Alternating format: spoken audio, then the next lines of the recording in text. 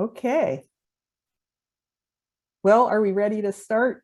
I think we are. So there you go. So welcome everybody to the January 25th, 2022 Thurston Conservation District Board meeting. This meeting's being recorded, and present this evening is not our usual chair, TJ Johnson, because he's out of town and not able to make the connection. So I'm chairing this evening's meeting. And we have with us Doug Rushton, Dave Ayal, Betsy DeVreda from the board, and myself. Helen? Yeah. State your name. Yeah, I was about to do that. So sorry. Yeah, and myself, Helen Wheatley. And then Sarah Moorhead, our executive director, and Leah Kellogg. And I think that's everyone present at this point. Is that correct? No. Okay. So our first order of business is to review the agenda and find out if there's anything anybody'd like to add or change. We're good? Do we The only thing Yes. I'll make a note of, Helen, is that Ryan Bay from WACD will be joining us. He'll be coming directly from another district meeting. He may be a little bit later than his scheduled time. If the board is okay, he has just a quick update that he'd like to share of a couple of minutes. If we can honor him when he gets here, he may not. Yeah, thank you. Yeah. So are we all good with that? Yep. And we're good with the agenda? Do we want to adopt the agenda? I move to approve the agenda as it stands. Okay, so Second. Seconded. Okay, moved by Betsy, seconded by Dave. All in favor, vote aye. Aye. Are you going to do us one at a time or not? No. I don't think so. Okay. All- Aye. All nay? Abstentions? We're good. Let's go. So the agenda is adopted. So the next item on the agenda is the consent agenda. So since we didn't, Doug, yes? Did I hear you, Doug? No. Okay, well, we didn't pull anything from the consent agenda. So do we have a motion on the consent agenda? I'll motion to Madam approve the Chair. consent agenda. Oh, I'm sorry, Doug. I feel like you're I'll trying to second. communicate. Okay, so we have I'll second motion- with, a motion with the from- caveat that we need to make the changes to the December 16th meeting minutes.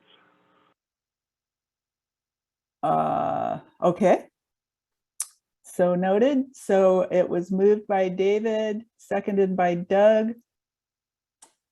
All in favor, vote aye. Aye. Any noes? Any abstentions? Okay, so the consent agenda has been approved. Helen, Yes. I don't mean to be a stickler, but with Please do. well, with the potential for someone to not have muted or unmuted, it just takes a couple seconds more. I guess I've grown accustomed to the calling out of names. Okay. I'm open to other people's feedback if I'm being too picky, but if I didn't, like, maybe I'm opposing it, but I didn't get my mute button changed in time. And Okay, fair enough. There's not that many of us. It doesn't take very long. I'm happy to do that going forward. great, thanks. I'm happy with that too. As an alternative, what we do at the WACD meetings is wait about 5 seconds after the question is asked. Well, we'll just do the roll. That's fine. Yep. Okay. Well, we're a little early on public comment, but I don't see anyone present from the public at this time. So I suppose we can move on from item number 4 and go to partner reports. So who do we have? How do we handle this, Sarah? Yeah, well, A and B, Robin Buckingham and Elena Reynolds are not with us this evening. Neither is Jean Fike at the moment.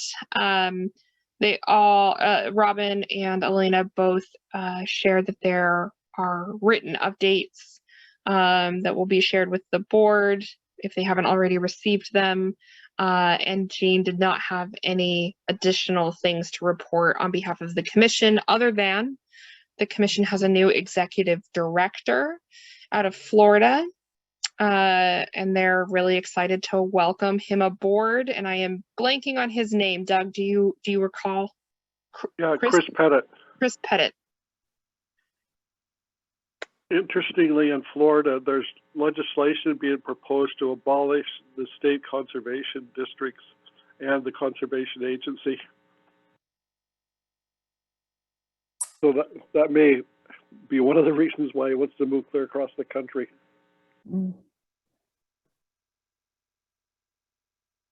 Well, I would certainly, I don't know if others have received those reports. I'm certainly looking forward to receiving them and reading them.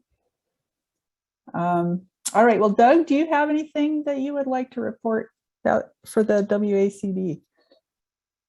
Or the I don't NAC? know that you guys get the copies of the legislative updates, but I forwarded the one from Ryan to Sarah to be distributed. We should get everybody on that so you can just see what's going on. And there is a vacancy in the southwest area of WACD, so I would encourage any of you 3 supervisors and also TJ to consider being a area director, which basically all that means is you're on the board of directors for the state association. It's a way to see a little bit bigger picture. It's kind of in disarray right now with the COVID stuff, the DEI stuff, the election stuff. There was some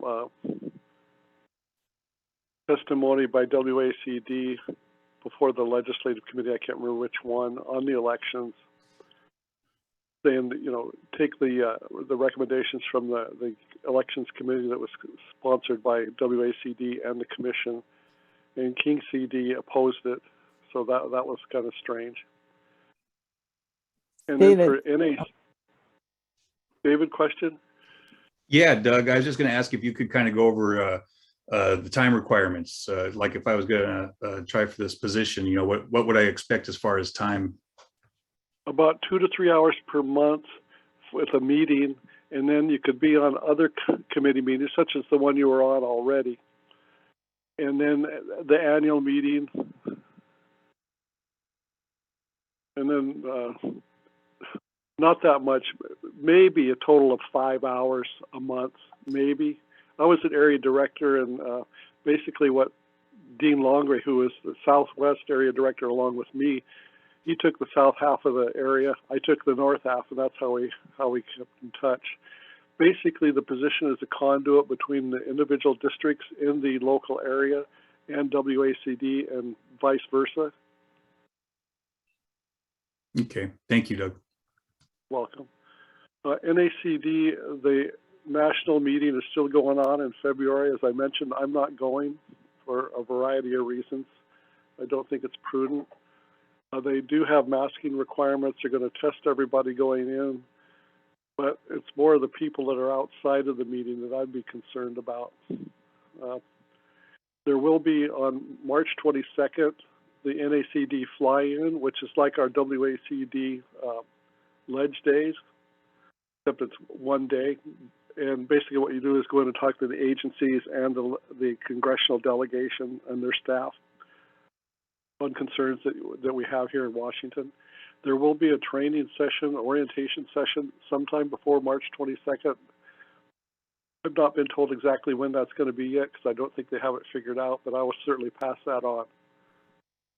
And Doug, would that would be virtual, I'm assuming, that one, or you Yeah, don't? Yes, yes. They would be covering the whole country, you know, including the Pacific Islands and Puerto Rico. So it's, what I'm hoping is the summer meeting is going to be in Puerto Rico in July, and I'm hoping to go there. It's a pretty nice place, and those people need a lot of help. Yeah. So I'm done if there are no further questions. Okay. Did I hear somebody trying to come through, or was that I'll assume that was just Doug going offline there. Okay, well, that wraps up that section then. So now, Sarah, did you want to present the 2022 Thurston Conservation District budget amendment? Yeah, absolutely. And I'll pull that memo up on screen here. Thinking about it. And so while my computer thinks about that a little bit harder, I will just recap what you saw in our packet. This is pretty common after the after we close out a fiscal year, is that some of those projects and processes carry over, may not have been completed. One of those is our ongoing audit process. The state auditor's office was a little bit behind in their audit schedule, so you'll see that on the list, as well as our feasibility study is still ongoing for our Conservation Education Center. And then our vehicle purchase. We had a vehicle selected and we're moving through that procurement process, which unfortunately fell through right at the end of the year. I'm actually a little bit pleased because it seems like we are seeing better inventory, lower mileage, more of what we're looking for after the first of the year. So just making sure that we transfer and account for those carryover projects in the 2022 budget is what the budget amendment request is asking for. And then I'll also authorize staff to pay those invoices as we get them and to make that vehicle purchase within this calendar year. Okay, so as you continue to try to put that up on screen, are there any questions or discussion? Have we all had a chance to look at that? I'm sure we have. I'm comfortable with it. And I'm sorry, my screen sharing pane is frozen. It doesn't seem to be Okay. responding. Well, We have it in our board packet. yeah, I've had a chance to look at it. I'm comfortable with it too. Doug is signaling that he's comfortable with it. David is. So just a question real quick. I just want to make sure I'm looking at the right thing. So this is just the carryover from 2021 of the 3 items: feasibility study, Washington State audit, and the vehicle purchase. Yes, that's correct. It's unspent funding from last year's budget just being moved to the 2022 budget. There's no additional dollars added. Yeah, I'm good with this. okay, so can we have a motion to adopt the proposed budget amendment? I so move. Okay, Betsy moves. Second. David seconds. Okay, so Betsy, your Aye. vote? Aye. David? Aye. Doug? Aye. And I vote aye, so that passes.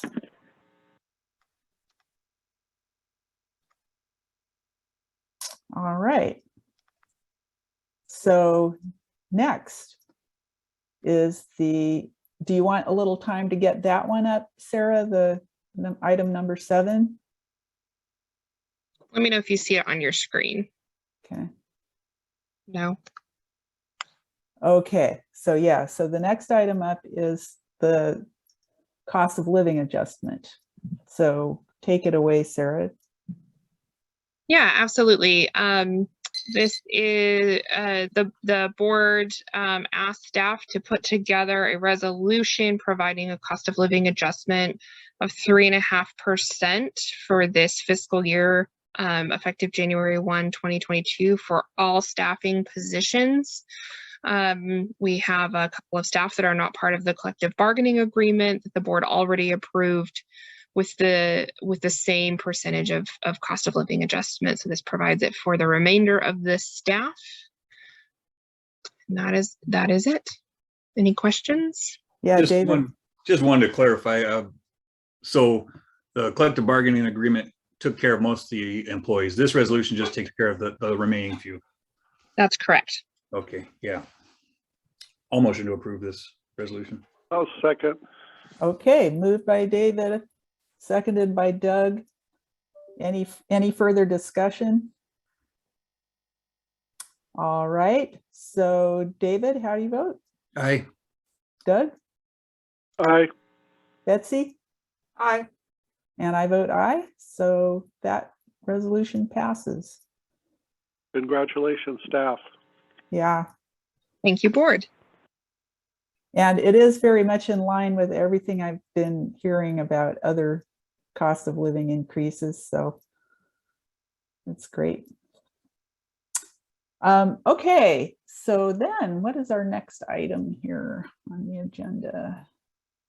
We have, Sarah's presentation Great. about flood recovery.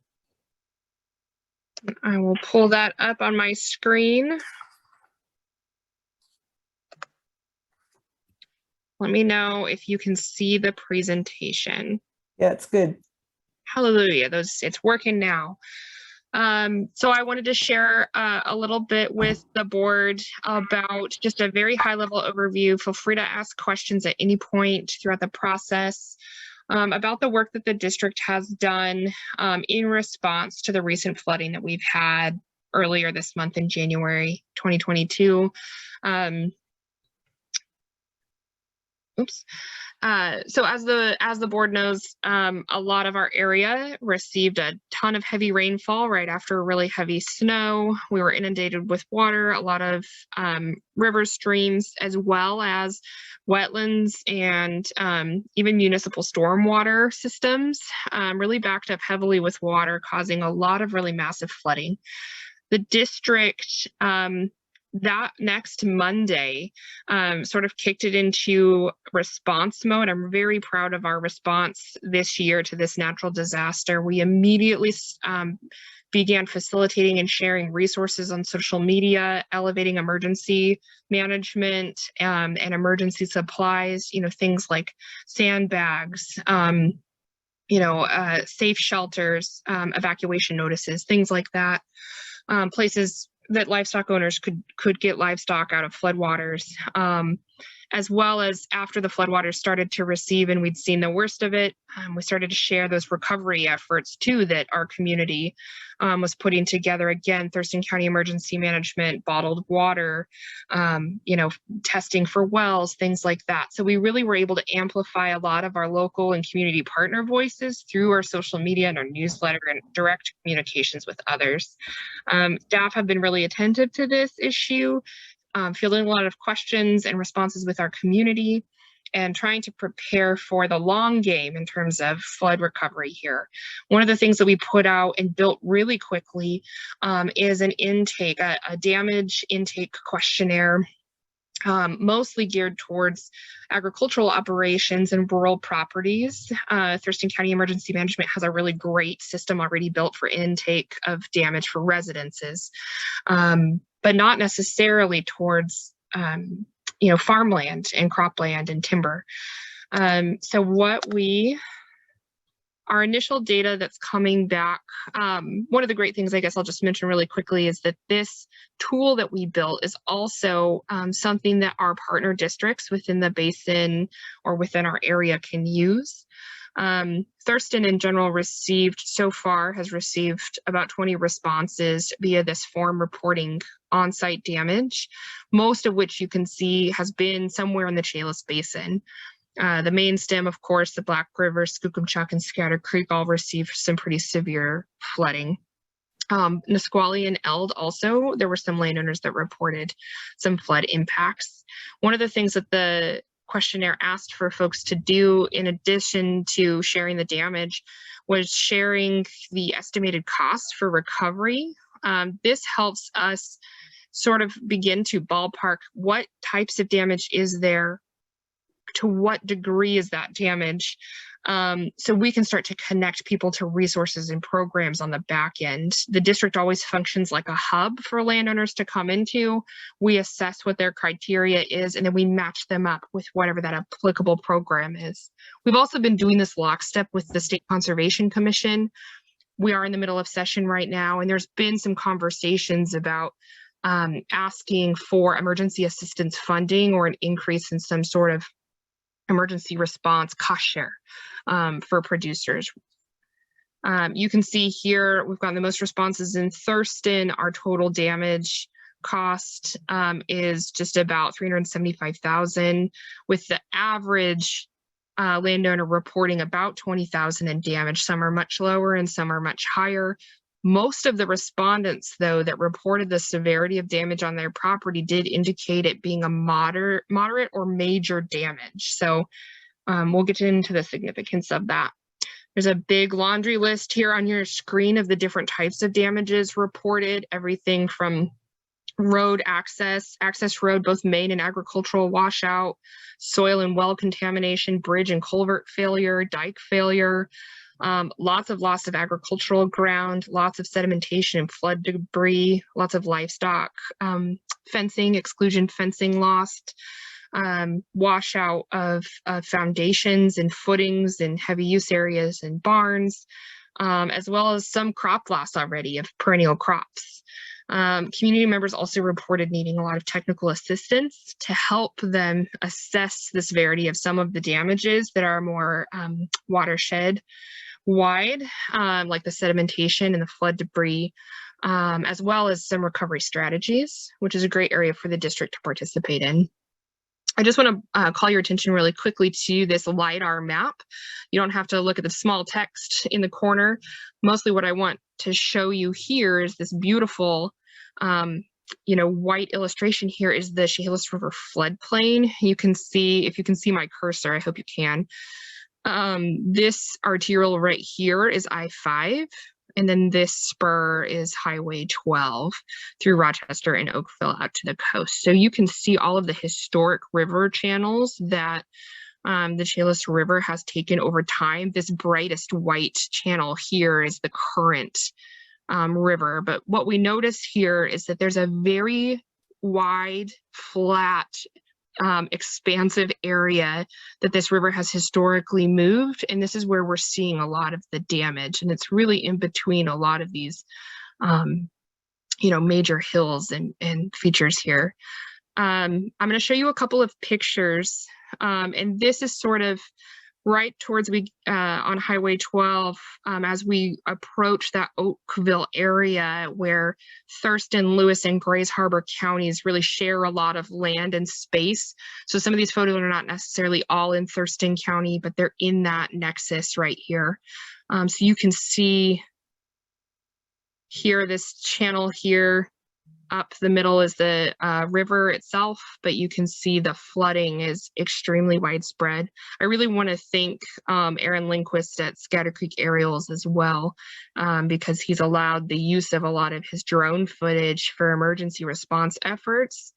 And so a lot of us really appreciate that. And you can see here this dairy underwater up to the doors, and this one, definitely the breadth of that floodwater in the valley. Other things like landslides, we have seen some minor landslides in the basin, something that we're definitely being mindful of, especially through the rest of the wet season.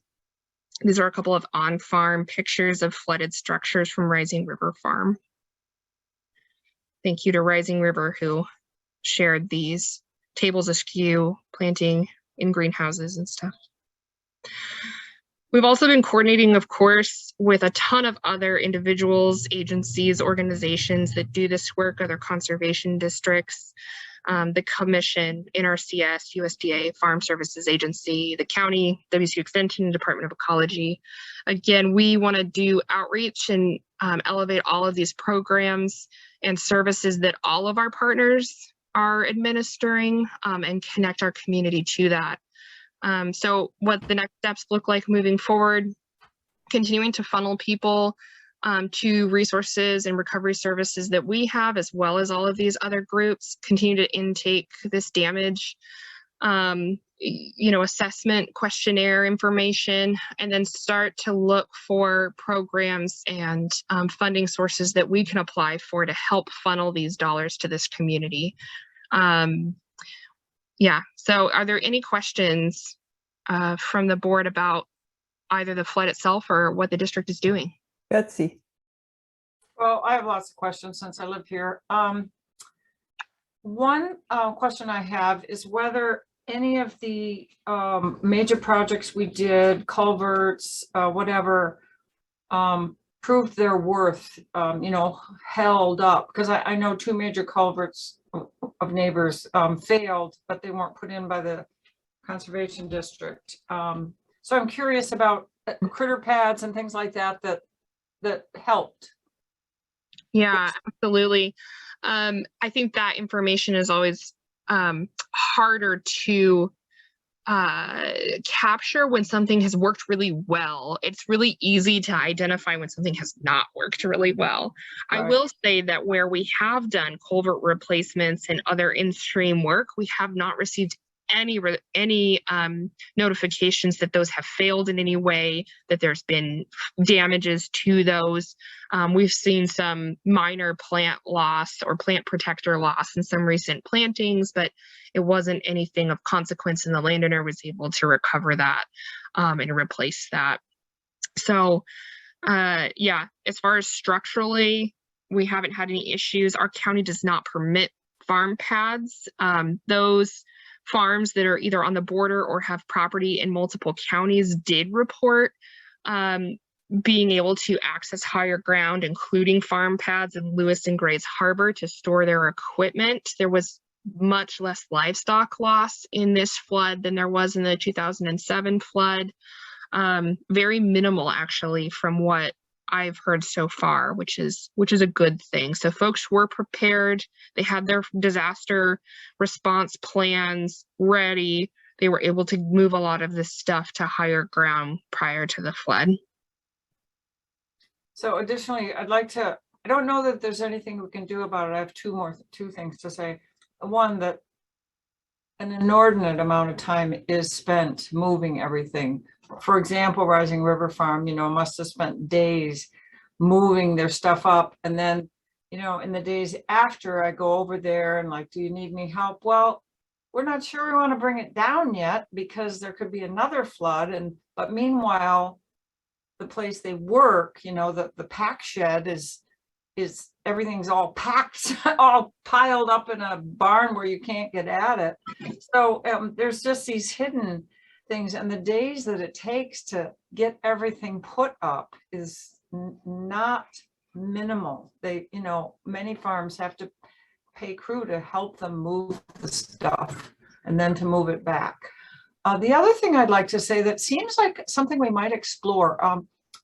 I personally have a UV light in my my pump house, because after the 2007 flood, we were never able to sanitize our wells. And finally, the folks said, you probably have a minor crack in your casing, which is allowing contaminants to leak in, because the wells around here are very shallow. And so we put in this UV light, which is hundreds of dollars. It's not very expensive. You change the light once a year for like $50.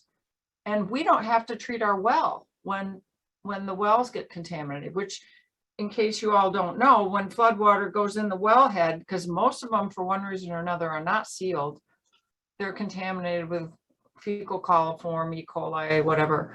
And then you have to bleach everything, and then you have to get it tested, and you have to wait for the test to come back before you can drink your water again. And sometimes you have to do it a couple times.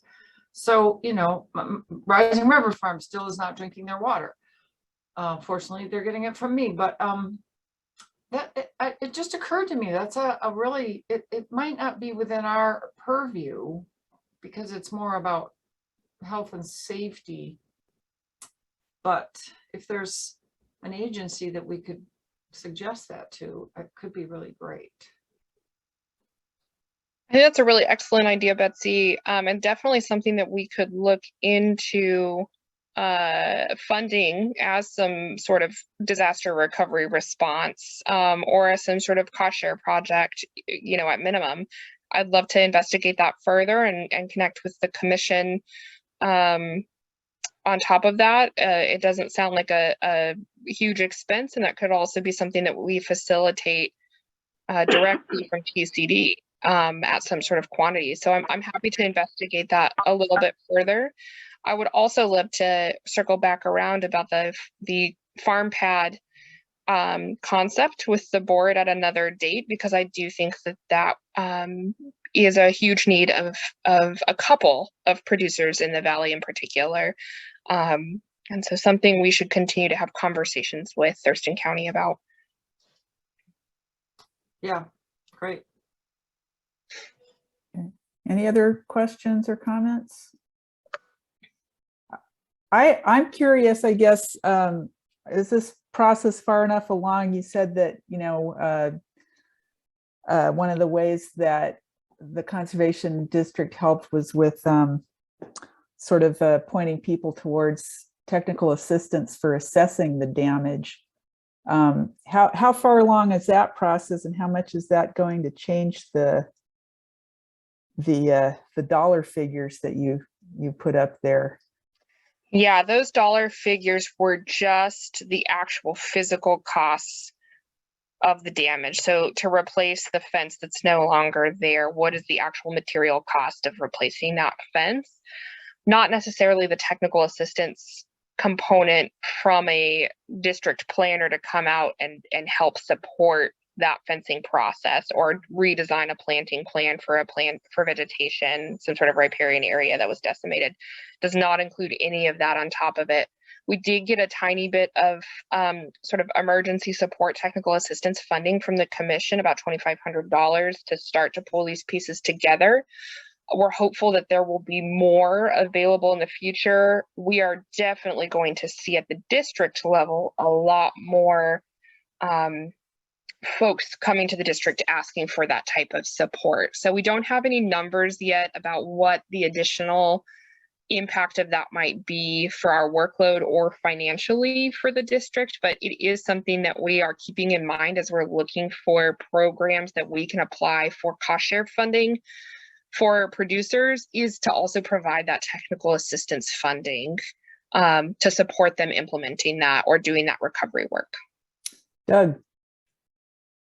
I think with regard to the critter pads and them not being allowed in Thurston County, we ought to think about the number of clients we have that use those, you know, how big of an issue it is. And then if it's big enough that we think we ought to do something about it, get a strategy for talking to the county commissioners and moving that along. I think that is a really appropriate path, Doug. There has been a lot of resistance at this level to have that type of conversation at the staff to staff level. I think it would be a great conversation for the board and the county commissioners to pursue if they choose.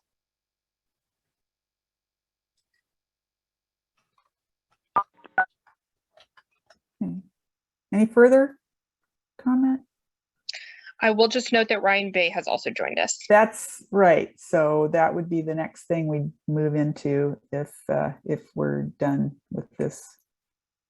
Please don't jump the agenda just for my account. I recognize I'm late and I'm happy to be wherever you want to put me. And I always learn things when I stick around. So I wasn't gonna speak and run. Well, I think we're done. So, well, thank you for that, Sarah. Absolutely. I'll keep the board updated. Yeah. And yeah, Ryan, let's go ahead. So, hi everyone. I think I've met most of you. If not, or at least it's been a while. I have the pleasure of serving as the association's legislative and membership director. So this is a very busy time of the year for me, and I could definitely talk about what's happening in Olympia for a while. But I asked Sarah if I could have a couple minutes on your agenda to recognize 4 of your supervisors. I don't think TJ is here tonight, so Helen, Betsy, and David, this is mostly directed to the 3 of you. If you weren't aware, hopefully you are. The 4 of you were recognized with WACD Special Service Award this year, well, 2021. It's given to someone who makes an outstanding contribution in the field of conservation and understanding what Thurston has gone through the last couple of years, and the fact that the 4 of you have come on board and helped stabilize the district, rebuild, and Sarah has used the term Phoenix from coming up from the ashes more than once. I'm guessing she shared it with you all, so that's not necessarily a new analogy. And roaring back to where you are now is a credit to your guidance and leadership and willing to jump into the mud and wrestle a little bit with it. And it's not a fully appreciative thank you. It couldn't really come close to what you've put into this role and your commitment to the Thurston Conservation District. But there are little plaques that I'll work with Sarah to get to each of you, recognizing as Special Service Award recipients, and acknowledging that you have gone above and beyond what should be expected of a conservation district supervisor in the last few years. Wow. Well, how about that? How about them apples?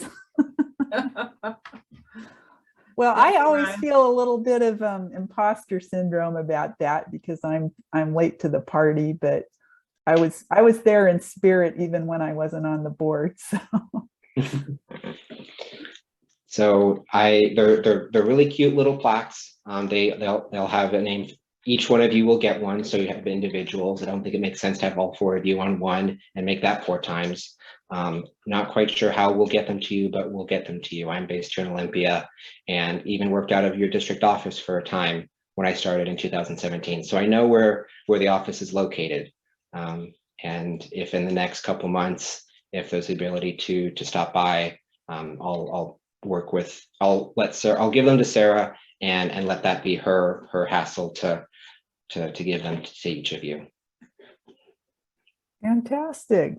Thank you. If I could put someone on the spot for a second, I want to make sure that you 4 were aware that Doug is the one who wrote the nomination for you. Thank you, Doug. Thank you, Doug. Thank you, Doug. And You guys yeah, don't know how much you mean to me, particularly when I think how it used to be and how well we get along and how our meetings aren't 7 hours long and don't get anything done. So if we didn't have COVID, I'd hug each one of you. well, thank you, Doug, for hanging in there. Yeah, it's So- really an honor, Doug. I appreciate it. And, you know, without your support, you've been great to work with. You've got so much knowledge of conservation districts from the Washington Conservation District to the National Conservation Districts. And I appreciate that. And your guidance has been great. I Thank agree, you. and though he's not here to hear it, TJ certainly, was at the helm, helping with our meetings, making them more efficient, focusing our conversations, which really made it much more of a pleasure to be in the meetings. We have a truly outstanding board, and that is a sentiment that is broadly shared not only amongst our staff, but also our community partners and the landowners and community members that we serve too. So hats off to all 5 of you. Thank you so much. Well, thank you, Sarah. Hats off to you for making Thanks for taking the time, Ryan. Well, I was hoping to be here just a little bit earlier, but Eastern Click Attack asked me about 4 o'clock if I could attend their meeting this evening, and they want to talk about legislative stuff for half an hour. I don't think a bill on governing the powers of Klickitat County's sheriff to hunt cougars is something that would interest you all. But if there's anything legislative related that Doug hasn't filled you in on, or Sarah, be happy to talk about what's happening down the road if that's of interest. Well, one thing, Ryan, I did suggest was that your report, the legislative report you did, I think it was earlier today, be sent. Does that go to all the supervisors in the state, or just board chairs and the district managers? So the legislative report, or I guess legislative update, however you want to call it, is sent to those who over the last couple of weeks have subscribed to the newsletter. That the last couple of weeks went out to everyone. Those were Monday evenings, and if you didn't receive one from me for the last 2 weeks, then please let me know, because that means we don't have the right email address for you. But we're also cognizant that not everyone wants to be kept very much in that loop, and they have someone else that they trust to keep on top of it. So starting yesterday, it only went out to the people who had signed up to receive it, rather than spamming 350 people every week with legislative information. Ryan, do you want to just sort of update us or remind us of the calendar, because it's so incredibly compressed? Yes, very short session. Next Friday is the first cutoff. If the bill doesn't get out of policy committee by Friday, it is considered dead for the session, unless it has the magic words necessary to implement the budget. And those magic words can mean whatever you want them to mean. I've seen bills that essentially brought in $5,000 to a particular entity be necessary to implement the budget. So nothing's dead until everyone goes home. But yes, Friday is the cutoff of next week. Between now and then are a couple of big bills. Obviously, the one that's probably gotten the most noise is the Lorraine Loomis Act, HB 1838, brought forward by the governor and Representative Lakanov from San Juan Islands. And on Thursday is a bill that would, HB 1910, would mandate all conservation districts go on the general election ballot starting next year. All 5 of those positions with the cost to be borne by the district. So that's coming down the pipe. Other ones that the WACD is tracking, we signed in on a bill today that would create a agricultural disaster fund housed within the conservation commission, specifically with Whatcom County right now with all the flooding that they've had, but would allow for the commission to fund recovery specifically with producers, private landowners, and whether it's reseeding or, they were using in Whatcom County some extended lagoons because of all the dairies that are up there, and making sure that their lagoon ponds didn't flood into get out into the general watershed. And it's flying pretty fast. We have a watch list on the WACD hub. It's on the homepage with a link there that has everything we're tracking this session. And it's everything from, I'm picking on this was my particular favorite bill for the year, but there's a bill heard last week that would make pickleball the state sport. If you didn't know, pickleball was invented in Bainbridge Island in the 1960s. For those of you who don't know what it is, you play with a wiffle ball and a tennis racket on a tennis court. So it goes from that all the way to starting in about 3 weeks, we'll start talking about the supplemental budget requests. And the expectation is that there's definitely some money coming into the government coffers that wasn't planned on. So there's going to be, thankfully, no conversations about reduction to any services, only about where the state can increase their commitment to anything from fish culvert replacements to, I'm trying to think of what's the far end, the long-term Washington CARES Act for long-term health care insurance. I don't think I put those words in the right order, but sorry. It's what happens when you start your day at 8 o'clock and it's 7:15 in the evening. So I will stop talking. All right. Anybody have anything further for Ryan? Or shall we let him go home? Oh, I'm already Or home. if you're already home, yeah, I Yeah, suppose you're already home. I'm gonna sit and It listen. doesn't look like you're at home somehow. Oh, you don't see, let me see if I can move this here. That's Okay, all right, fine. the kitchen.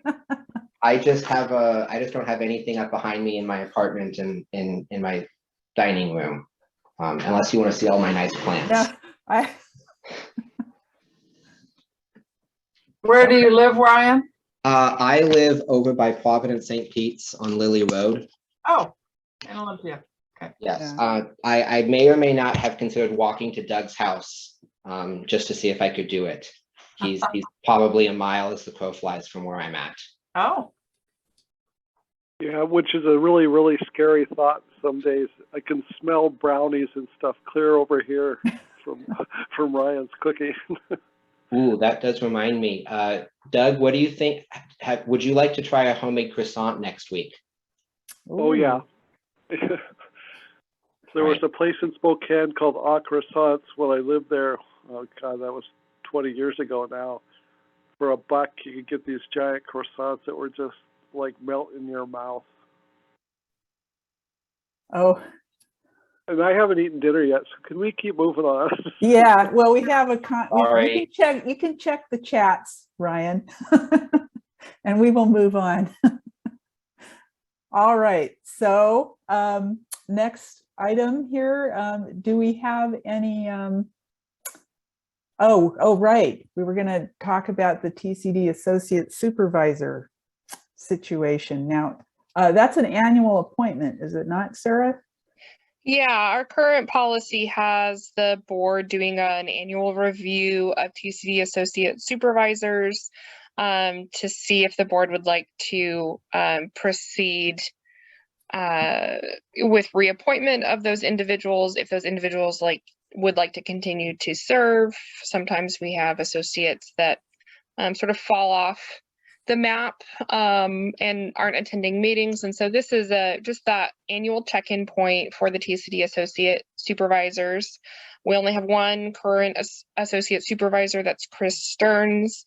Last year, if you're feeling a bit confused, last year the TCD board also had a conversation in the springtime about whether or not the associate supervisor model or the citizens advisory committee model served the purpose that the board needed or would like to see the district have moving into the future. There were no formal actions taken at that time, although there was a lot of interest in pursuing the Citizens Advisory Committee. I did mention that I did talk with TJ earlier today, and he also shared that via email. That's the trajectory that he would like to move in. Well, to clarify, as I recall, I was just trying to look for his comments, but he was suggesting that he didn't feel that at this time there is a strong need for that, for an associate supervisor at this time. Is that, do I recall that correctly from his letter? Has everyone seen his letter? yeah. Yeah, an email. Yeah, there was also some good discussion over the springtime by the board about associate supervisors coming to serve a specific purpose and fulfill a specific need to help support the board or extend sort of the resources of the board. And that's what TJ's comment correlates to, is that there's not really an identified need by the board to have an additional associate. Well, Do we have, yeah, Betsy.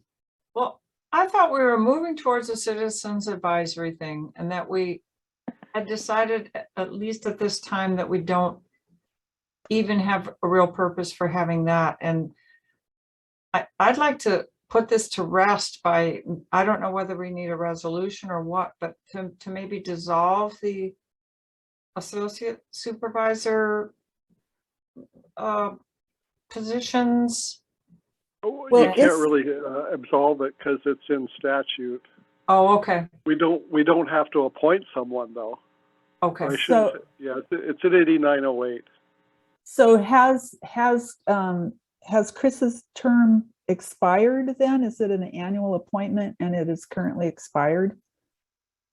Yes, 'Cause we're it's- at that decision-making time right now where the board can either reappoint or not reappoint any current supervisors or appoint new supervisors. That is true, that we're now on an annual cycle.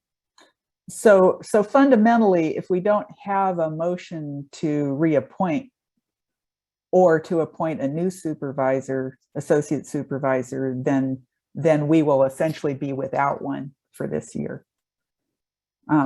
Doug, Yeah, we can appoint during the year too. I'd point out a couple things. One is across the state, the 45 districts, some have associates and some do not. I think Chris, I don't know Chris real well, even though I've known him for like 15 years or something. I don't know how offended he would be by not being reappointed. I think to me, it's a value added thing. Okay, do we get anything out of this? Does it help the organization? But I think we need to be aware of his sensitivities too. But I don't think that should be necessarily a criteria for saying yes or no. And I would say for clarity for the record, it would be good to have formal action by the board, some sort of motion by the board, even if that motion is the board is not choosing to appoint any associate supervisors, at this time, right. or proceed with any renewals, something to that effect that's not necessarily centered on any particular individual, but just sort of the slate is clean at this point, or there's not an associate there, if that's the direction of the board. It would be good to have that motion on record. Did you say there was a letter from Chris? TJ, that email from TJ. TJ is what Helen was referring to. I did reach out to Chris about a week or two ago, asking if he was even interested in a reappointment. That's part of the provisions in our policy, is to reach out. And I did not hear any response. It may just be that he missed that email, but I did not hear any feedback. Doug, Madam Chair, I'll make a motion to not appoint any supervisors at this time, as we don't see an overwhelming need, and realizing that we can appoint someone later on if that need becomes apparent. okay. Do we have a second to Doug's motion? I'll second that. Okay, David seconds it. Any discussion? All right. So Doug, how do you vote? Aye. David, Aye. Betsy, Aye. and I vote aye as well. So the motion passes. In follow-up, I would like to share recognition and appreciation letter and certificate with Chris for his service to the Conservation District. So look for something to that effect coming to you via DocuSign, so that the board signatures can be on there, and we'll definitely make sure that that service recognition is appreciated. Thank you. Thank you for that. I think that's a really great idea. Doug, Yeah, I think I was thinking the same thing, and I think one of the things that could be a component of that would be, there's nothing against you, Chris, but we don't see a need right at this time, and we're trying to focus on the learning center, and I don't know what else. well, I think that's right. I think we kind of made a decision that was going to be the focus for this year. And so, yeah. And we will have focus groups for that too. Yeah. Okay. All right, then. I have a question Yes. regarding the agenda. I'm noticing that it says we adjourn and then there's informational items. What's going on with that? Why are they after we adjourn? I don't understand. Oh, Yeah. yeah. Those items, sorry to jump in, there are just informational reports and items presented in your packet that we're not planning on discussing during the Oh. formal meeting. Okay, We used to formally have Board of Supervisors and Executive Director reports at both our work sessions and our board meetings. And so now that they're happening on the same night, they're presented informally in the work session. And so I just included my report as an informational only item, unless the board ever wants to pull that onto the meeting agenda. okay, thanks for clarifying. Maybe that could be clarified with some additional wording on the next agenda if we do that again. Yes. Yeah, just a little extra explanation there. Okay, well, does let's see. What's next? Oh, That is topic the list next topic. development. Yes, okay. Topic work session topic development. Yes. And we already talked about adding, because we didn't get a chance to talk about the 2022 work plan in detail. We were going to add that to the next work session. I imagine we will again want a legislative update.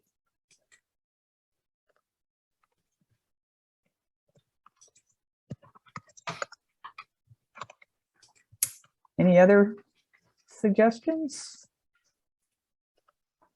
I can't think of anything else. It kind of looks like we'll just basically have the same agenda. Yeah, do we have a working thing? Can you share your screen or is it not working, Sarah? Can you not see me typing on the work session topic list? No. Doug, I can't see the topic list either, and I do have a paper copy somewhere in front of me in this big stack of papers, but I can't find it Sure. readily. oh, well, there it's it here is. now. She got it up. Okay, So, I think we should talk about Sarah's job performance after her evaluation, so we can tell her how great it is. What do you guys think? We don't have to do that, but sure. sure. Would you like that to be included as an executive session on the regular meeting agenda? Or would you like that to be some sort of public? what would be your preference? I'm happy to do either. Typically we've done personnel matters in executive session. I think I'm happy to have that conversation as part of the work session too. Well, if it was me, I would do it during the executive session, but Okay. I'm David? certainly open. Oh, sorry, Doug. Just kind of a different topic, I guess, but I don't know if it needs to be for the work session, but I know we kind of started at the end of the year last year using that smart sheet. And I thought that was very helpful, and I would like to see us start using that. It makes it a lot easier when we're looking for documents to comment on than to look through emails and try to remember where we have these things sometimes. So just curious if that is going to be implemented more, or do we need to bring this up in a work session topic?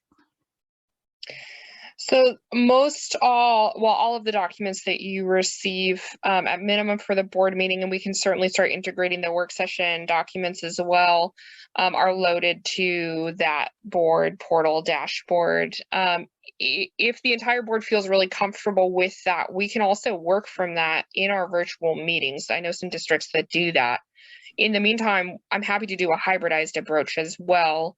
And share information via email and via the board portal with a link and a reminder email that information is there. I think staff want to support the board and sort of meet you where you're at. And we are sort of transitioning to that platform and want to make sure that is done strategically and supportively, I guess. So we're ready on this end if the board would like to see us transition a little bit faster to that use. Well, David, are you suggesting maybe putting that on the work session list to discuss? Mainly, I just wanted to see where we were at with it, I guess. If it needed to be on the work session, then yeah. But if they're ready to implement, I mean, I'm just I guess I'm looking forward to it. So Okay. if it's going to start being used, I don't need to see it on a topic, but Yeah, well, maybe we want to give some feedback later after it's been implemented. maybe Actually. so, maybe even another, just a quick once over, like a training or even as a Yeah. staff presentation. Okay. Well, can we go back? I don't feel like we finished the last item with where we were placing the discussion of Sarah's job performance. And Doug, I think where you had left it was you'd be happy to do it in an executive session where it sounds like it might be more appropriate to do that. We don't want to be setting precedent, maybe. Yeah. That sounds good to me. Okay. All right then, Betsy. So I guess I missed my chance.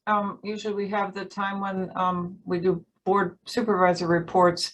I just wanted to mention that I have had conversations with TJ and I will be willing to serve another term if I get approved by the commission as an appointment. So I need to look into what deadlines I have to meet for that. The end of March. Okay. Oh, I did. Can we go back to the work session topic list again? I was kind of wondering, well, this is February. Yeah, never mind. Projecting ahead after the election, I would like a bit of a review of about outreach for the election and how it went and so forth. But that's projecting out to April, I suppose. Yeah, May, our election something like that. supervisor always puts together a report after our election that includes that type of information, as well as the information about vote count and that sort of a thing. It should be ready by our March meeting if the tabulation is done. So Okay. March or April meeting, you'll receive that. All right, great. Okay, anything further? Okay, Nicely Well- run meeting, Ellen. well, thank you, Betsy. And again, yeah, never hesitate to help steer me. Okay, well, I'm very happy to entertain a motion to adjourn. I so move. All right, moved by Betsy, seconded by Second, David. So Betsy, Aye. David, aye. Doug. I'd love to vote no, but I'll vote aye. All right, I vote aye. So the meeting is adjourned. Thank you. Thanks. Got it. Awesome. So yeah, Sarah asked if I would come and share a bit about our South Sound Farmlink program, and I'm very pleased to do so. This is sort of a fun and interesting time to talk about Farmlink because my hope is that I'll have even more to share about Farmlink in like a year. So this is kind of a cool time to give this presentation, and then maybe I can come back and talk to you about it again in a couple months. So TCD's South Sound Farmlink program generally provides land matching support to farmers and landowners. The program was formerly funded through our Shellfish Protection District dollars, and it hasn't had the same direct funding source for a couple of years, though matches and support services have still been provided. It's been on a little bit more of a limited basis in the last couple of years. Our program in its basic design has been used as a model for a couple of other land matching initiatives, both in Washington and across the country, which is pretty cool to know. Today, I wanted to go over a little bit of data, describe some of the kinds of support and matches made in recent years, and then share kind of where I hope to see the program going in the future personally. And then really happy to answer any questions that you might have too. So to start with a little bit of data, the image that you're looking at is a screen grab of the map I've maintained of available farm listings. The little purple farm icons are general area of where available properties were. At a certain point, I also put on community gardens that were spaces people could also use to grow in. And so that's what the yellow flower icons were. And then like the little orange icon in there is our district as well. So that is a general map. 69 land seeking farmers are currently enrolled. Most are seeking between 1 and 5 acres for mixed row crop production or flower farming. Other really common characteristics of the land seekers enrolled in the program include that they need financing in order to purchase their desired farm, and that most of them are also looking for on-farm housing. So I would say most are looking to purchase in the long term and would like to have housing available on that farmland as well. There's currently 13 land listings enrolled, which totals about 135 acres. Most are for lease, and most do not have the housing that is desired by the seekers. So you can see there's a little bit of a disconnect between our land seekers and our enrolled land listings. 137 shares of potential matches have been given in the last 5 years. That's a metric I've liked to move towards sharing and tracking, because that's really what I have most control over, is how much information I share with farmers. So 137 potential matches have been shared. And of those, 6 successful matches have been made since 2018. So with the sort of limited funding and match support that's been available, I've really moved away from this online listing map of available farmland, and instead have started making sort of direct match combinations based on form responses and the land listings that I know are most up to date and are truly seeking a match. That's been another sort of issue. I'm starting with the issues in the program, is that people will fill out the form and then something in their situation may change, and they may not update that form or update me that that's changed. So working with folks who are most responsive and sharing information with me has been the most successful. I also recently reformatted the intake surveys for both the landowners and farmers seeking land to make it more clear that the program really works best for farmers who are poised to take on farmland and have previously thought through things like a business plan, financing, and what their deal breakers are. And then similarly, that the new farmland intake forms make it more clear that there would be a higher success rate in matching if that farmland is more ready to accept farmers and doesn't need extensive restoration work done before it's arable and ready. So for example, someone enrolling farmland, which this is a true example, that has never in their known history ever been farmed before, but they think it might be a good match for a farmer, but it also needs to have a lot of Scotch broom pulled before it's ready, is not likely to make a super successful match. And so just trying to make that a little bit more clear to the people that are engaging with the program. Oops, here we go. So a big part of the program that I've done in the last few years is develop a pretty hefty list of resources that I share with folks who are looking for farmland. And that includes things like business planning tools, financing information, links to other farmland locator programs regionally and nationally. Sometimes we get folks that enroll in our program, but they're looking in the whole Northwest region, or they're looking on the whole West Coast. And so we might be one of 3 programs that they've enrolled in. Connecting people with successional planning tools, legal issues and structures related to leasing and selling and buying farmland, and some farm tax information. All of these can be found on our website under the Farmlink landing page. There's a link to this page that I've screen captioned here, and the URL is at the bottom.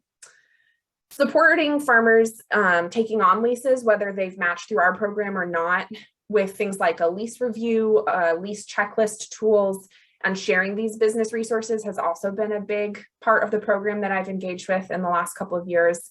So for example, this last summer, I worked a lot with a local farmer to help her develop good questions to ask when she was meeting with a landowner about leasing to her. So she was enrolled in the program as a land seeker, but the land that she was looking at leasing wasn't necessarily enrolled in the program.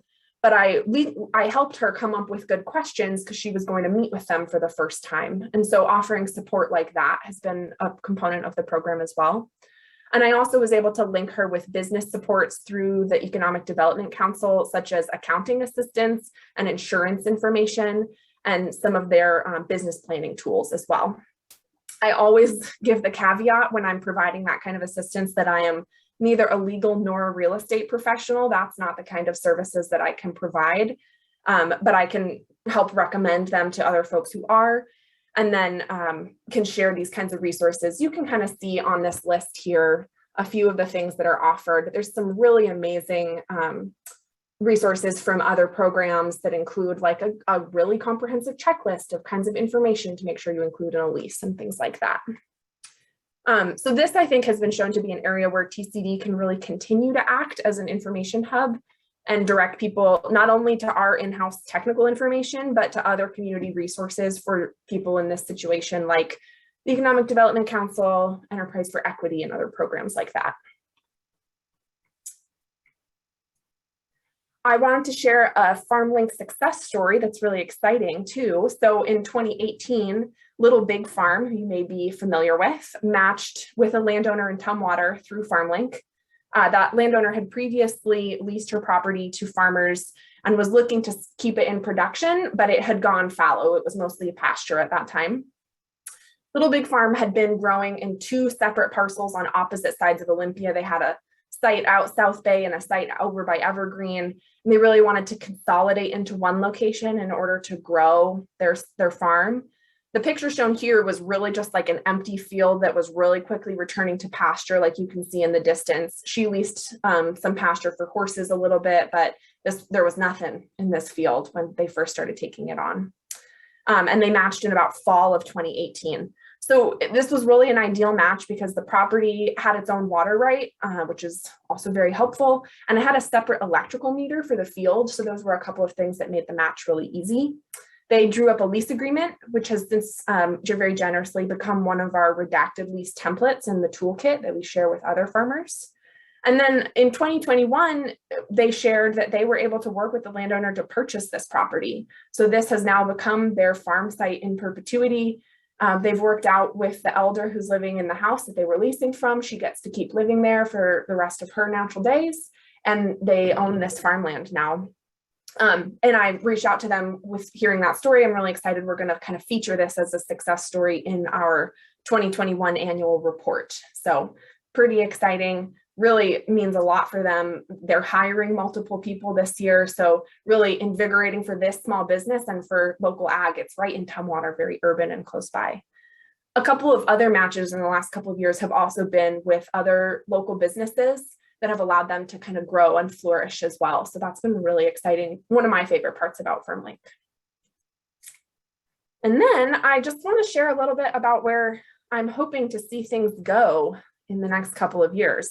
So I'll get my mouse here. So WIC funding coming in and through that, a Veterans Conservation Corps intern position. This is sort of the next first step, since it will offer some additional funding and person power to the program. Successful matches, as I have discovered, really take hands-on time and effort, whether that's meeting on site with both parties or really just taking the time to be able to answer questions and help people find what they're looking for. And another person will really make that possible. I have a number of things that I'd like to support this intern in doing to kind of re-bolster the program. One of these is a database reorganization and an audit.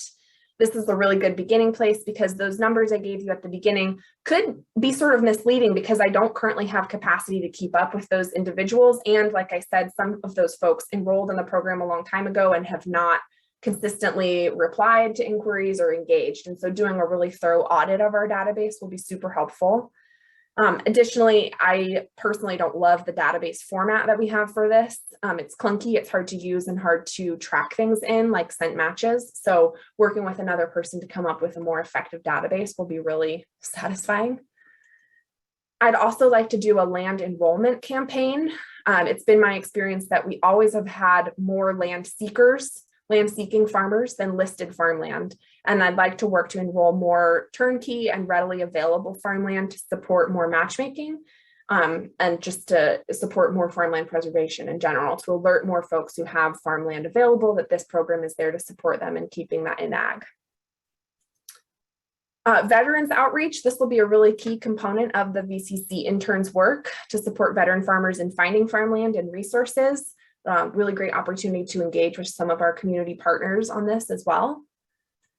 And then cooperation with other programs and initiatives that we have here at the district. The Washington Farmland Trust's Farm to Farmer program is expanding and linking other programs and offering shared support to folks enrolled in both.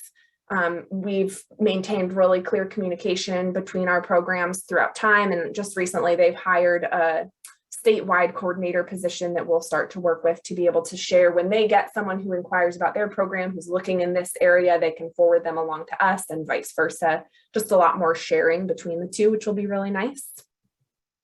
It'll be really good to work with them closely. And then additionally, at our recent Grazing Association meeting, access to farmland and leasing opportunities were really specifically named as barriers and priorities for regional grazers and ranchers. And so expanding our land listings to include more grazing lands would be a really great connection to those producers directly and a way to be able to support them, as well as support things like fire fuel suppression in grasslands through grazing. So it's a really great opportunity to connect lots of different programs and goals of the district through this program. And then lastly, I see a really good potential for connecting to the farmland preservation work and mapping that has been happening with the City of Olympia as well. So supporting some more urban agriculture and close-in farming through this. Like I said, currently, a lot of the listings we've been getting have been for folks who are looking for small acreage, 1 to 5 acres. Another recent successful match we made was in East Olympia, someone who just took on 1 acre to expand their value-added herb business and mushroom business. And through that, they've been very successful. And so the examples like that are right within the program as well. So being able to expand both that as well as some larger pieces through that land enrollment campaign will be really fun. So that's what I brought for you today, and I'm really happy to answer any questions. So do we have any questions? Okay, Dave. Hey, Nora, I like the program you have here and the presentation you gave was great. I'm just curious, how much available land is there right now? That's a great question. I think that would be one of the first things to do in the land enrollment campaign is to do some GIS mapping, like Adam has been doing with the City of Olympia, to look at in-use ag land and available ag land, and then doing that mapping to create mailing lists in order to then reach out to those landowners. I think we obviously have been seeing trends of lots of 5-acre parcels popping up as things get subdivided, but there's still a lot of available farmland in those spaces. So I think that's a question I'll be able to answer hopefully in the next couple of months better. Just to clarify, David, were you asking how much available farmland is in Thurston County or how much land is enrolled in the database currently? Enrolled in the database currently. Oh, I'm sorry. Right now about 137 acres. I have a question. Yeah. How common, is there a trend, like, do they tend to just lease it for a while, or does it often end up that it then gets transitioned to ownership by the lessor? That's a great question. And that's a conversation I have with people who are looking to lease really commonly, especially when they are to the point where they are negotiating the details of a lease. Because like with the Little Big Farm example, they weren't interested in leasing unless that landowner was willing to lease for 3 years, because they knew they were going to need to bring in a lot of nutrients for the soil. Like they did soil testing as a part of their lease as well, and knew that they were going to put a lot of money and work into the soil. And so they weren't interested in leasing unless she was interested in a 3-year minimum lease. So, and I think that then expired, and then they talked about buying at that point. I think it really depends on the goal. So if someone is grazing, maybe they just are interested in leasing a bunch of different sites and not necessarily owning that and grazing it rotationally throughout part of the year. Someplace that is going to be doing a lot of nutrient management, they probably want a longer lease term. And maybe they're interested in purchasing it. Of those 6 matches, Nora, have you seen any trends that might indicate what the norm is? Yeah, Little Big Farm is the only one who has purchased based on that lease agreement. Thanks. Doug has a question. Yeah, good presentation, Nora. I really appreciate it. It's an interesting program. Just a couple of years back, there was talk about disbanding it, and I think it's not just a program to help make connections, but it's an outreach effort as well. Absolutely. You can really educate a lot of people on what the Thurston CD services are. It would be hard, but I'd suggest seeing how to work any forest lands in that. That would be, it's kind of a different scale and different thing, but maybe there's opportunity there. I don't really see any, but maybe. Yeah, absolutely. I will, to your first point, I will say this is one of the programs, despite even not putting a lot towards advertising it in the last couple of years, that I get some of the most inquiries about. I would say probably between 2 and 6 a month of people asking how to enroll in the program, how to use some of the resources on the website, what's the status of their enrollment in the program, things like that. It's a really heavily trafficked page on our website. When you look at analytics on our website, it's in the top 5 pages of our website that gets used. So it is something that people are really interested in. I just think it's a great service to offer to people. Thank you. Yeah, I agree. Yeah, me too. Betsy, did you have another question or comment? Or No, was thanks. your hand just up? Okay. Oh, that was old. All right. Down. Well, I was wondering about the geographical aspect of it, because it seems like it's mostly North County. Yeah. Let me And go back to that map, Paul. yeah, That again. Yeah. So the way the program, when I inherited it, was designed was that it was not, we could take land listings that were outside of Thurston County also. So we have occasionally had people that own farmland in Lewis County or in Grays Harbors County or Mason County in particular that have been interested in enrolling their land in the program. Obviously, then if those farmers need technical assistance or technical support, we're connecting them with their conservation districts there. And the map on here, there's like a general region. I don't list someone's personal address on there. But yeah, most of the listings have been more in the sort of central to north end of Thurston County. and I guess an added question to that then is there a reason for that? Is it harder to do in South County? Is there less interest, or is it harder to do outreach? I think more like there hasn't been an opportunity to do a lot of direct outreach to landowners there. I jump in on that one too. Please. Yeah. I think the needs are also really different, and the costs associated are also really different. So we're seeing a higher volume of folks looking for smaller acreages in our urban areas, mostly for some sort of vegetable production. I think there's been some diversified use there.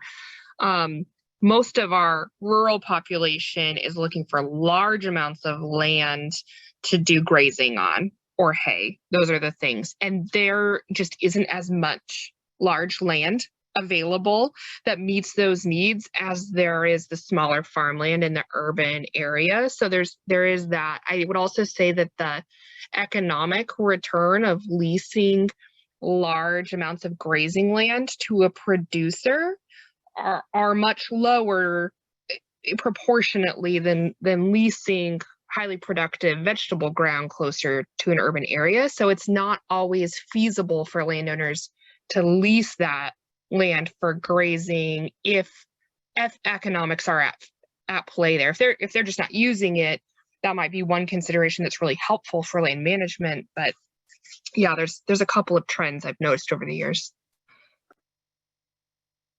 I was wondering why the Fagerness Dairy is not on there anymore. They chose not to have their farm listed, especially publicly in the program. Ah, yeah, okay. That's a shame. Yeah, I think it's worth another conversation with them. Absolutely. Yeah. And it's my understanding, Nora, that they are still internally, on your radar for a match. And I, for the Grazing Association, actually just spoke with Selma for a good bit recently, and sort of heard a little bit about where they're at. And so I think they've got some folks that they are working with a little bit on some training this year, but I'm not too sure about the details. It seems like a perfect match for a veteran to me. Yeah. Well, and it's interesting. I was talking with Kiana today about how I was giving this presentation to you. And she said, oh yeah, when I'm tabling, everyone who comes up and talks to me about looking for farmland, a huge percentage of them mention that they're a veteran. So I think there is going to be a really large crossover between that. And I'm really excited to just engage with that more. Mm. That's great. Are they moving into the area? Then That's a good question. I'm not sure exactly. It was an offhand comment she made about a lot of folks she had engaged with. So, yeah, it'll be really interesting to learn more. Like I said, I'd really love to come back and give you like a Farmlink update in 6 to 8 months and be able to see what we've been able to do with some new person power. Yeah, great. Thanks for having me. Thank you. Thanks, Nora. All right. And then let's move on then to the minutes from over a month ago. I hope you all have had a chance to look at those and let us know if there's anything that needs to be changed. Do you have anything? Oh, okay. Doug's got his hand up. Yeah, I've always been not confused, but perplexed maybe is a better word for Chris Stearns. I think his name's spelled wrong, by the way. I thought he was an associate supervisor, and I'm not sure why we always show him as Thurston Public Utilities. That's just a Picayune thing to me. Great. Leah, do you want to pull that up on the screen for us?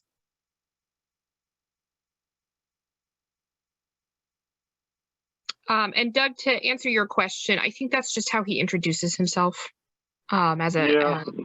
So that's what we capture.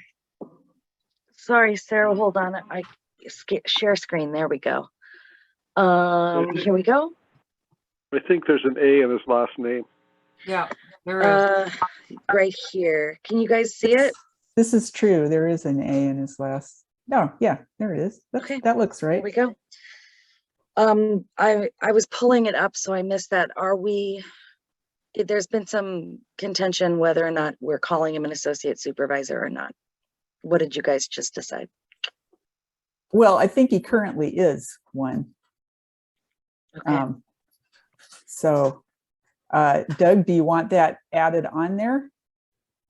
No, I don't think we make decisions in Yeah, work that's sessions. true. That's true. We're just reviewing. Well, but why? But it shouldn't say Thurston Public Utilities District, should it? What's the relevance of that? Well, as Sarah said, that's what he likes to be called. I see. Okay.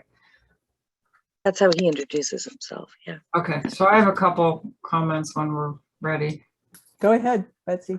So line 64, I don't think it should say annual work plan workshops. It should just say all TCD workshops, shouldn't it? Yes. And line 71, Moorhead and Beckwith are working to finalize the stakeholder, not finalizing.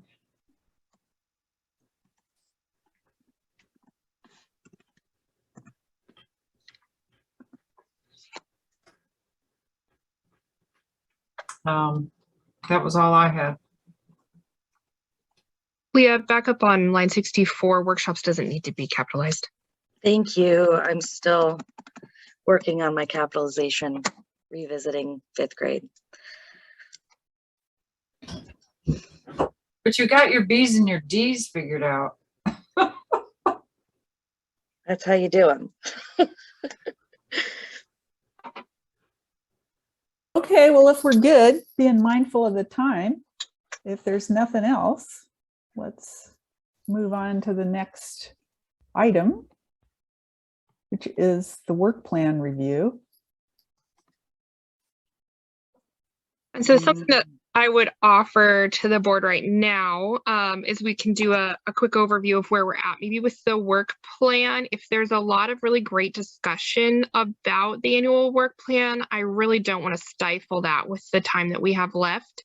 We do have some pressing discussion for the Conservation Education Center and the legislative pieces that's timely. Okay.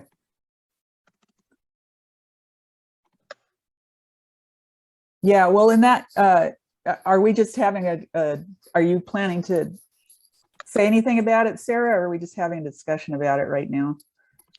Yeah, if there's any particular areas that the board would like to focus specifically or briefly this evening, I'm happy to do whatever you'd like there. I will just share that I sent via email an updated work plan template. Staff have been able to go in and add some additional changes. We've pulled out some additional completed metrics, increased some areas where we're just really ahead of the game on that. So you saw that template. I know that the board in particular expressed interest in having a discussion on the outreach component and sort of that audience piece, which to me sounds like that might warrant a little bit more time. Something TJ also shared was that we could revisit this item in February too. We don't have to have an annual plan completed until May per the commission and sent in, even though that's, midway through our year. That's sort of the only real hard and fast deadline that the board has. Yeah. Well, in that case, yeah, maybe are people agreeable to putting it on the work session list for February so that we can move along to the Conservation and Education Center? I mean, I actually did have some things, but I'm happy to wait. So that's fine. Doug says yes, let's move along. I say yes. Okay. And I would also offer if any supervisors have any specific comments or questions or feedback or proposed revisions, we're also happy to take that ahead of time and share it around for thoughts. So yeah. Okay, great. Well, let's move on then to item number 5, the Conservation Education Center. Great. You should see a memo on your screen instead. This staff met with Beckwith, our consulting group that's working on our feasibility study after the first of the year, sort of reevaluated and revised what an appropriate timeline looks like moving forward. You saw this all again sent ahead of time electronically here, running between now and June. The one column that I'll just call your attention to is this column over here on the left that says board.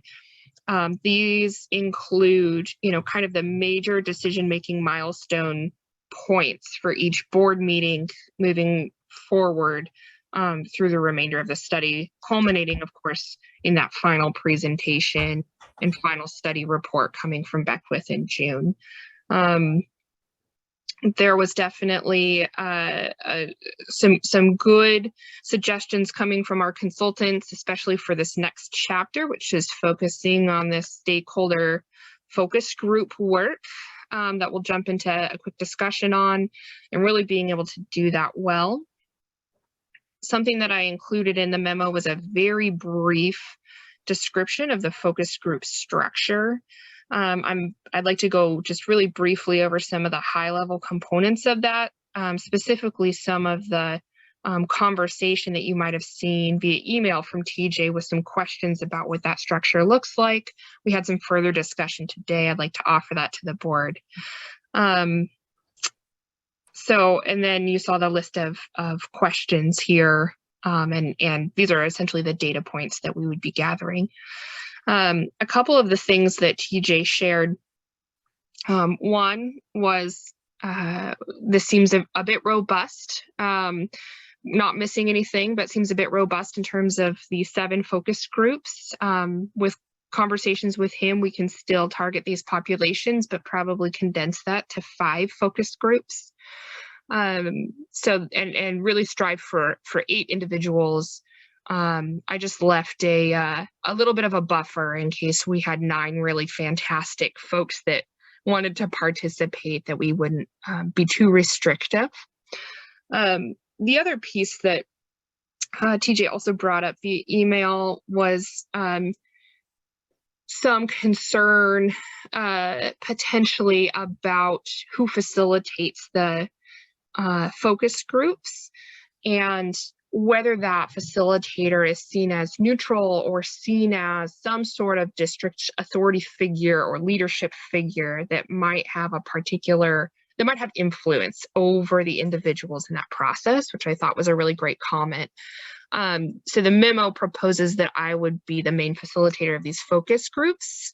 And that's sort of a change that we are proposing in conversation, is that actually Susan at our district would be the main facilitator. Not only does she have a PhD doing this exact work, public process and decision making, and designed much of this protocol, but she also works internally at the district and does not have a lot of those external relationships with partners, stakeholders, decision makers, landowners, and will be seen as this neutral, more unknown individual representing the district. So that was a great compromise, I think, to asking our consultants that might blow our budget in the feasibility study to do that. So in addition to this memo that I sent along to the board, was also some additional comparable site list that Beckwith prepared, sort of based on those initial 3 sites that the board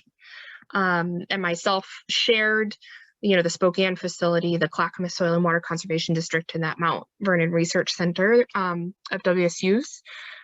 Looking at other sites that were really similar, that information is to inform future conversations of the board in March around what are the characteristics that are of the most priority to the district, so we can start to put together a property RFP. So that is the lay of the land here. What I'd love to hear specific feedback from the board on is, do you have any questions at this stage about the focus groups that I can answer, about the target populations and audiences that we're inviting to the table here, or about any of the data collection points? All of this protocol has been reviewed and approved by our consultants as well, so they feel like they'll get the information that they need from this. And I will just mention really quickly, these are specific invite only focus groups, not a public comment process at this point in the game. So all of the invitees will have some sort of knowledge, history, existing relationship of the district. So they'll have some awareness of our services. Any questions or comments or feedback? Doug. Yeah, go ahead, Doug. Just a couple. I thought TJ's comments were very good and helpful. Under the target population, under educators, I would change university to higher ed, so we could include Evergreen and South Puget Sound Community College. And maybe under environmentalists and ecologists, there's a forestry person that could be involved. That would be probably good as well. But I think that's not high on the priority list, frankly. I think that's really helpful, Doug. Thank you.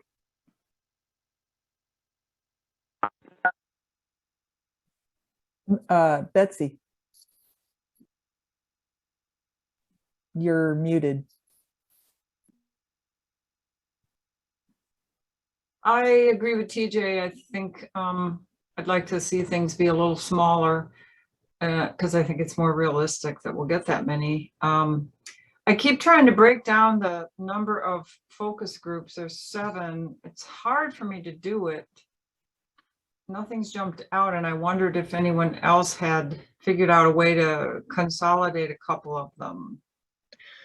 Our approach to consolidating this would be to merge some of the backyard gardener focus group participants, which was the hardest invite list to make, with the environmentalists and ecologists, because we're capturing a lot of folks that are focused on habitat at different scales. Also to remove some of the partner organizations that rose to the top under environmentalists and ecologists, and put them in the potential partner bucket, and sort of rebrand those categories just a little bit there. So that was one proposed attempt at reducing it a little bit. Also looking at who the final invitee list is for the urban agriculturalists and the commercial producers. Those ones I would really like to keep separate if possible, just because there'll be some overlap, but also some really different interests. But that might also be another area that we can consolidate to some degree. Okay, thanks. Sarah, could you elaborate a little bit with the data collection? Can you talk a little bit about how the thinking about how to frame this? Because I'm just trying to imagine, being somebody in the focus group, like what information will be, how do we present information about this process to them? Yeah, absolutely. There's definitely a couple of different modules in the session that you don't see. The full 4-page session design is being finalized this week and will be available if you'd like to see the robust detail. But really quickly to answer that is we'll lead them there. We'll walk them through a series of activities and review periods to get to that point. So we'll have like some sort of outreach material that has 3 examples of what the similar types of conservation education centers are, that gives just enough detail for folks to understand the trajectory, but not enough detail to sort of stifle creativity. So we'll walk them through that, really understand where the district is going and what we're trying to do, lead them through a couple of conversational questions using some of these data points. And then we'll also have them actually do an activity where they're constructing, paper Post-it note style or something, or virtual paper Post-it note style, a conservation education center, and what types of facilities are they putting in. And we'll be able to pull out trends to see what's really resonating with folks. Yeah. I think one thing that might help to ground that set of questions, at least in my experience, I don't know about other people's experience, but when you get to do one of these, Imagineering exercises, people can often, get really excited about the possibilities, but they're not always entirely so excited to be talking with each other about real basic stuff and basic needs. And I'm just kind of wondering if there's a way to try to help them tease out what they think this could provide them that they're not getting now, or where there's a lack of access now, that they would like to see or feel there's a real need in the community to improve. So some kind of question that gets at that, like where are the gaps and the needs that would really help them and get them to think about that. Because otherwise, sometimes you just tend to start picturing what you'd love to see, but it's hard to bring it back to grounding to what you are trying to accomplish, and how this place can help you do that.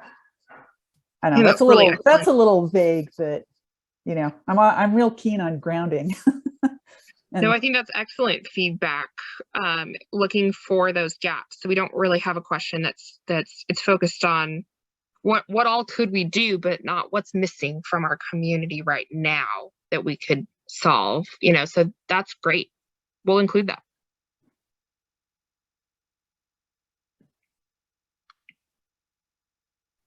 Okay, anybody else? All right, going. All right.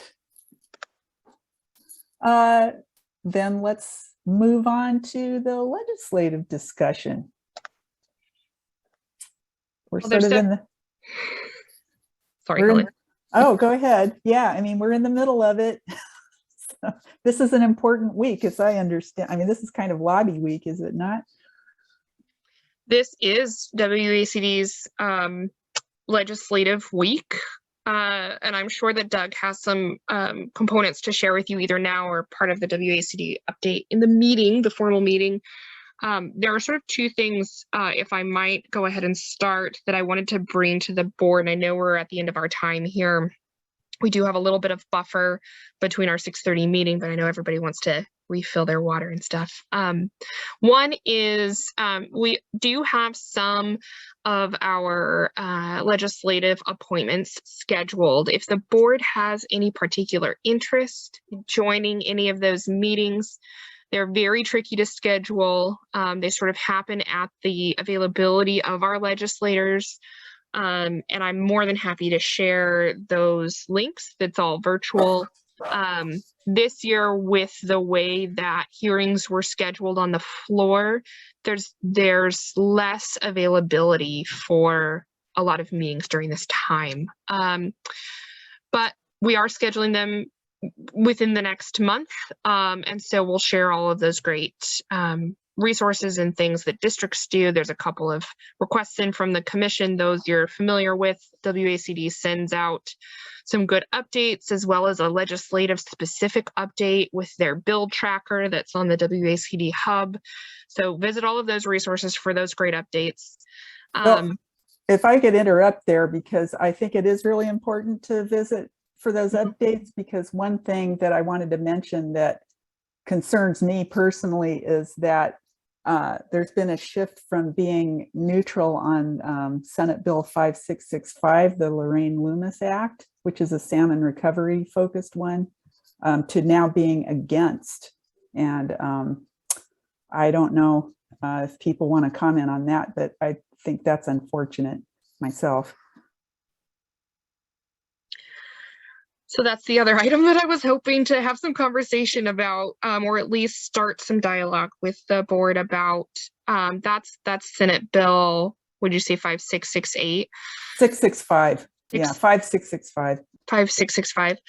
And so that's the companion to House Bill 1838, right? Which is that the biggest contention in that bill is there's a lot of funding going towards mandatory buffer widths on riparian corridors that are determined by site potential tree height.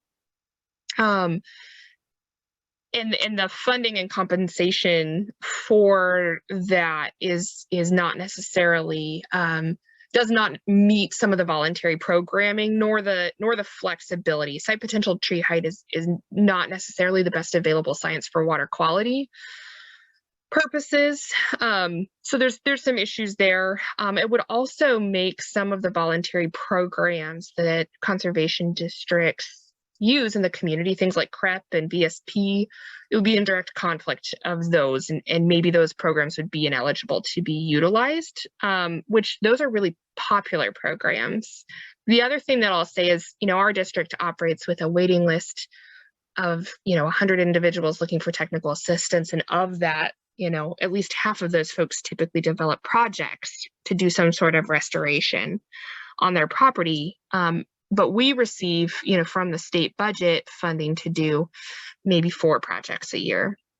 And so we're just not even scratching the surface with what folks are willing to do, which might be beyond what's specified in that legislation as the minimum, or it might be less than that. So that's where some of, I think, the contention or the concern has been.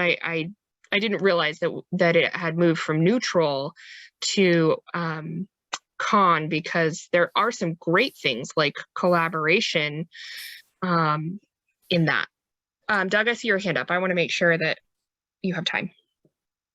Yeah, I think you portrayed it pretty accurately. The site potential tree height is a forestry term, and it doesn't, in my estimation, readily apply to cornfields or soybeans or canola. So they've got to figure that out. There was quite a bit of consternation when we were doing the forest and fish thing a few years back on what that meant. And I think the other thing, probably more importantly, is the WACD Executive Committee more or less felt that it was moving into the regulatory realm which is something that we don't want to do because that just eliminates this voluntary incentive-based stuff from the toolbox of helping solve problems.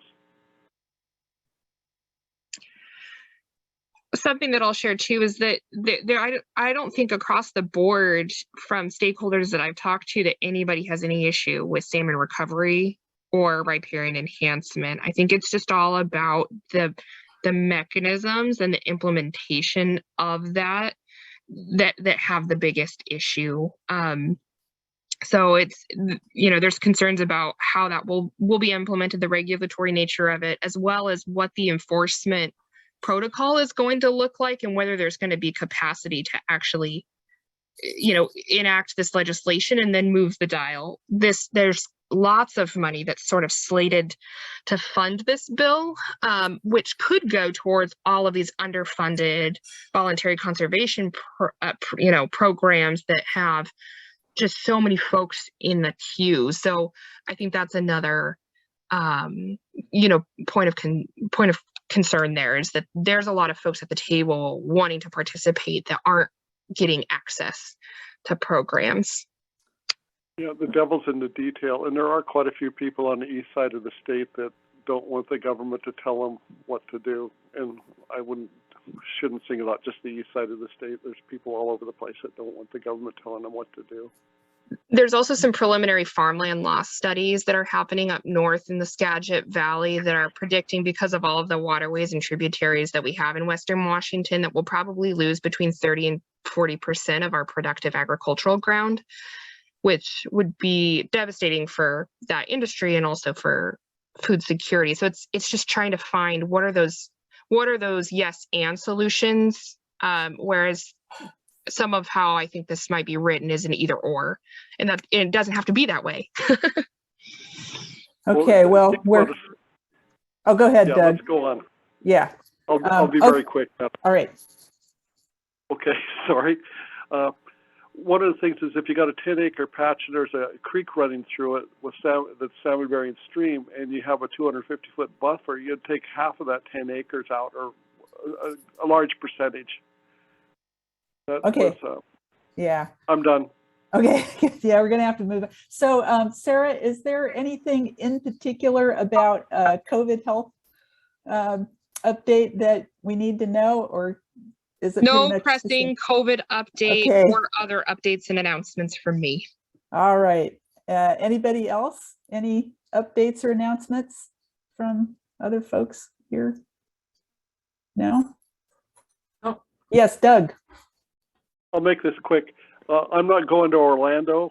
I can't imagine being around a bunch of folks in any case, and particularly in Florida. It's a recipe for disaster in my estimation. Okay. Well, sorry. Well, I don't want to go to Florida anyway, for that matter. I'd rather go to North Dakota or something. Yeah. All right. Anybody else? All right, then. Let's declare this meeting adjourned. We don't need a motion for that, do we? Because it's a work session. Do we need a motion to adjourn it? No motion. Yes. We've got 7 minutes. All right. And then we'll pick up the regular meeting. Okay, then. We'll see you back soon. Can we just stay logged in? Yep. Okay.